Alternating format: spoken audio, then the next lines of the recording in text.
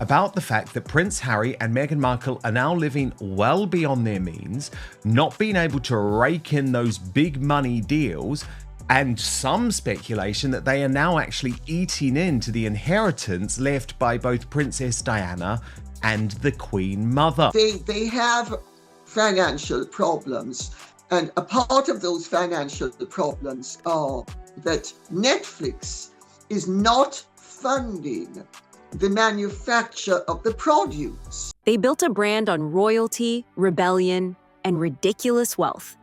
A $600 million dream, wrapped in private jets and California sun. But behind the velvet curtain, something just snapped. Because guess what? That billion-dollar empire might be held together with inheritance money and hype. Leaked bank records now claim Meghan and Harry are burning through their fortune faster than they can rebrand it. Netflix won't fund them like they thought. And King Charles, reportedly done footing the bill. How did the palace golden boy go from royal riches to playing financial roulette with Diana's legacy? And what's this about Meghan's lifestyle brand being more smoke than sales? Even their sellout products were sold out, because barely any were made. But here's the part no one's saying out loud. If even their inheritance is running dry, what's left to lose? Stick with us, because the deeper we go, the more this royal illusion starts to crack wide open.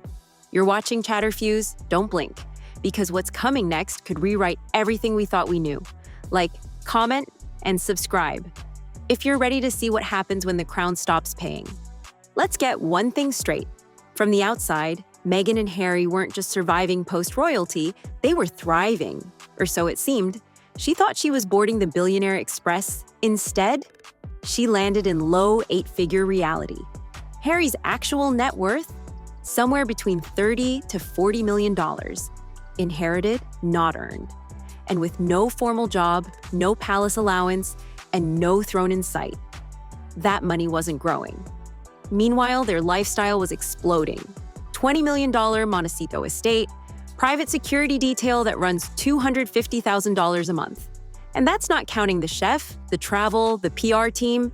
Let's just say they weren't exactly clipping coupons. But here's where it gets real. They weren't just spending like they were rich. They were spending like they were untouchable. And when the illusion of wealth becomes the currency, it has to be maintained. At any cost. Image replaced income. A curated facade of luxury replaced real financial strategy. And as that illusion grew, so did the bills. Because nothing says independent empire like being neck-deep in security invoices while launching a jam brand on borrowed Netflix buzz. But this wasn't just about splurging. It was about betting everything on an image, one that needed constant funding and even more attention. And when the headlines weren't enough to keep the checks coming, they had to find new money. Fast. That's where the real cracks began. And that's when the whispers started. Not tabloid fluff, but insider leaks. Real numbers, real panic. A confidential report allegedly shared behind closed doors, and now circulating among palace watchers, painted a brutal picture. The couple's bank balance, not just lower than expected, but allegedly teetering on crisis. Hard to keep up the billionaire energy when your financials look more mid-tier influencer than media mogul. Insiders say their spending isn't just unsustainable, it's explosive. Think luxury retreats, first-class flights, wellness rituals that cost more than some people's mortgages. And the money isn't coming in fast enough to keep up. Not from Spotify, not from Netflix, not from that As Ever brand stunt we'll get to later. And now behind the scenes, there's fear that Meghan and Harry may have already started dipping into the one thing that was supposed to be untouchable. Their inheritance, Princess Diana's legacy, the Queen Mother's trust, funds meant to protect their future, not bankroll a California fantasy. And if those reserves are already being drained, that's not just a red flag. That's a 5-alarm fire. Because when you're living like billionaires and the money isn't real, the collapse isn't gradual, it's sudden. And the damage? It's generational.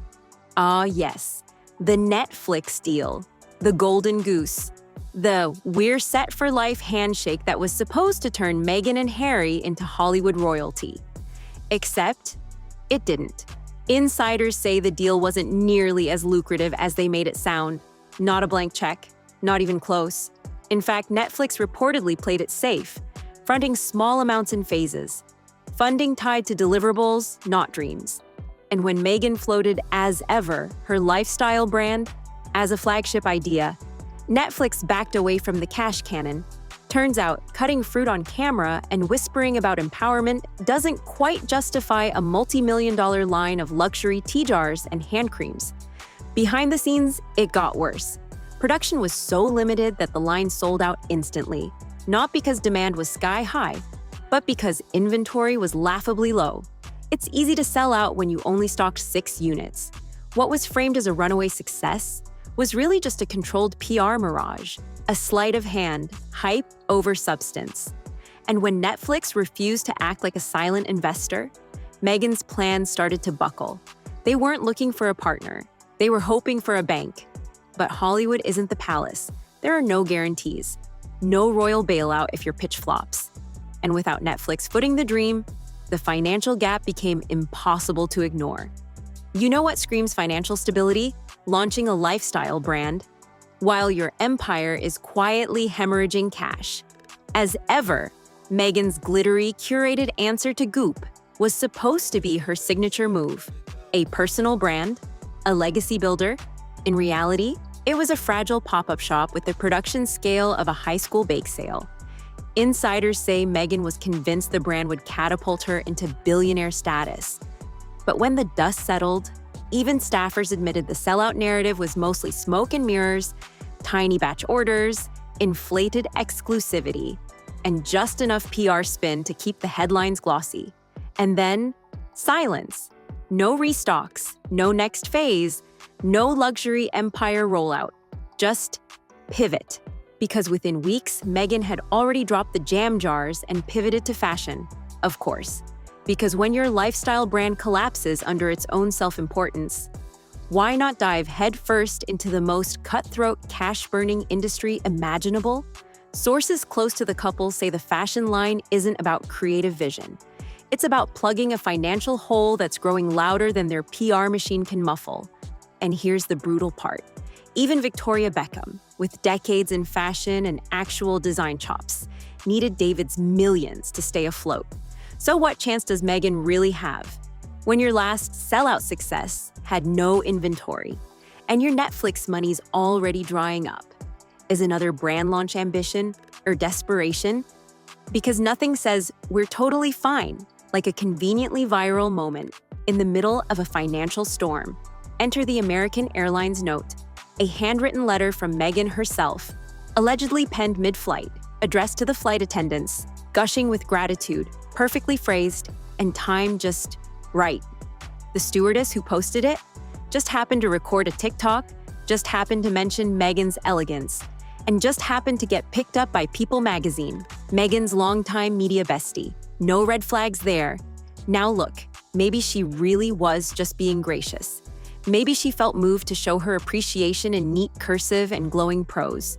But in context, it reads less like a thank you note and more like a PR fire extinguisher.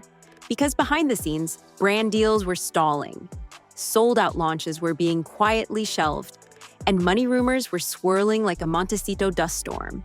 So the sudden reappearance of Princess polished and poised on a commercial airline, right when the headlines were souring, yeah, it was giving orchestrated charm offensive.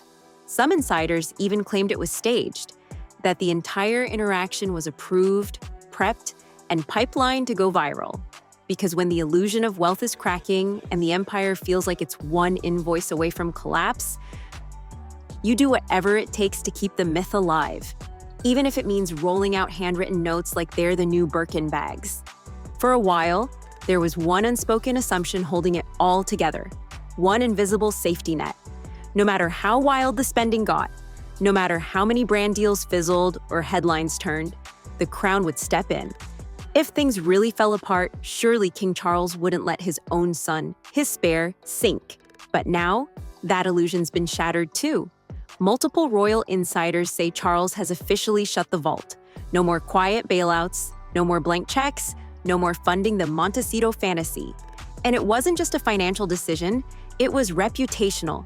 Sources say Charles is focused on protecting the monarchy's image, especially in a time of transition.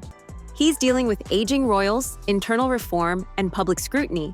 He doesn't want Meghan and Harry's California chaos dragging down the crown. So the message, allegedly, was clear. This isn't personal. It's strategic. You wanted independence, now live it. And it turns out being truly cut off from royal resources looks a lot less like freedom and a lot more like financial freefall, because that inheritance money was never meant to fund a billionaire brand machine. It was meant to secure a future, not by lavender jam, private jets, and aspirational wellness content. And now that the royal cash flow has stopped, what's left is a brand without a safety net. When Meghan and Harry left the palace, they didn't just walk away from tradition. They walked into a spotlight they controlled. No protocols, no palace advisors, no press restrictions. For the first time, they got to shape the narrative, the freedom to tell their story on their terms. But what happens when that story stops selling?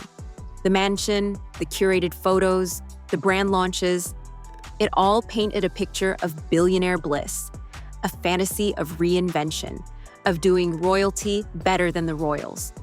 But according to insiders, the real numbers were never even close.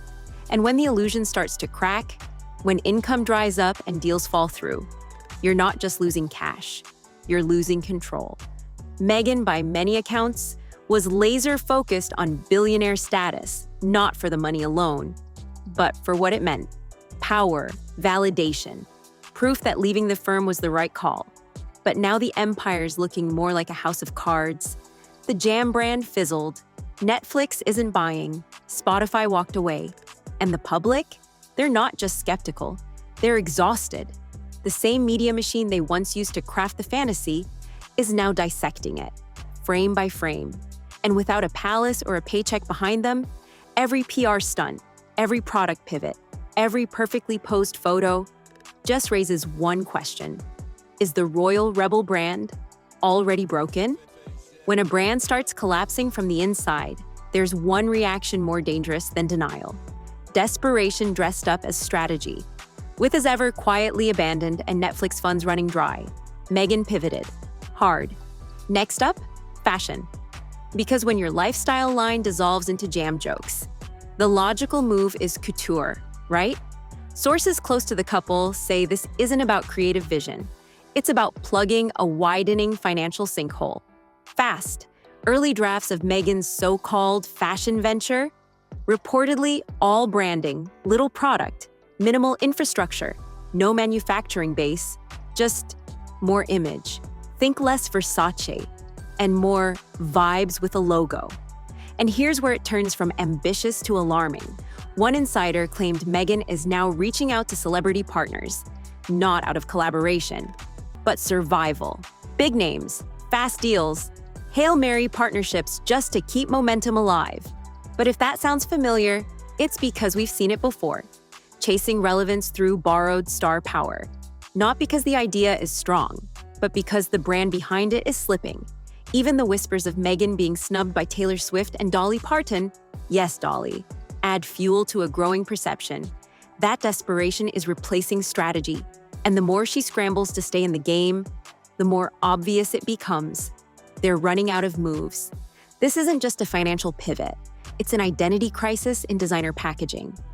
There comes a point when the PR fades, when the influencers stop posting, and the money just runs out. And for Meghan and Harry, sources say that moment is dangerously close. Behind the filtered photos and curated charm, insiders describe a quiet panic. Strategy calls turning into scramble sessions. Old allies being contacted again. Not for nostalgia, but for lifelines. Because without royal funding, without a hit brand, without Netflix fronting the next move, what's left? A lifestyle that costs more to maintain than their brand can generate. A global image with no war chest behind it. That inheritance, once a cushion, now a last resort. And even that, according to royal insiders, may be nearly gone. And so the question becomes, what happens when there's nothing left to burn? Will they return to the palace, metaphorical hats in hand, begging for another bridge they've already torched? Or will they double down, sinking deeper into the illusion they've spent years selling? Because when the money vanishes, you're left with the truth. And for this couple, that truth might be harder to manage than any headline. No more soft landings, no more royal rescue plan, just the raw cost of branding yourself into a corner. Every fairy tale has an ending. The question is, who gets to write it? For Meghan and Harry, the story they crafted was bold. Leave the palace, reinvent royalty, build a billion-dollar brand powered by independence, glamour, and global sympathy. But now, the numbers are whispering something else. The money's drying up, the partners are hesitating, and the crown, the institution they walked away from, is no longer taking calls. There are no more excuses, no royal fallback plan, no Netflix blank check, no new product line to save the narrative. All that remains is the image, the illusion. But even that is wearing thin, because in the end, they didn't just bet on fame, they bet on the power of perception that the world would keep believing, even when the foundation cracked. And now, with that illusion exposed, there's one last card to play. Rebuild in truth, or keep spinning the fantasy until even their most loyal supporters stop clapping. You're watching Chatter Fuse, and this royal saga isn't over yet. If you've been watching the illusion unravel with us, drop a comment, hit like, and subscribe. Because what comes next could be the final twist no one saw coming.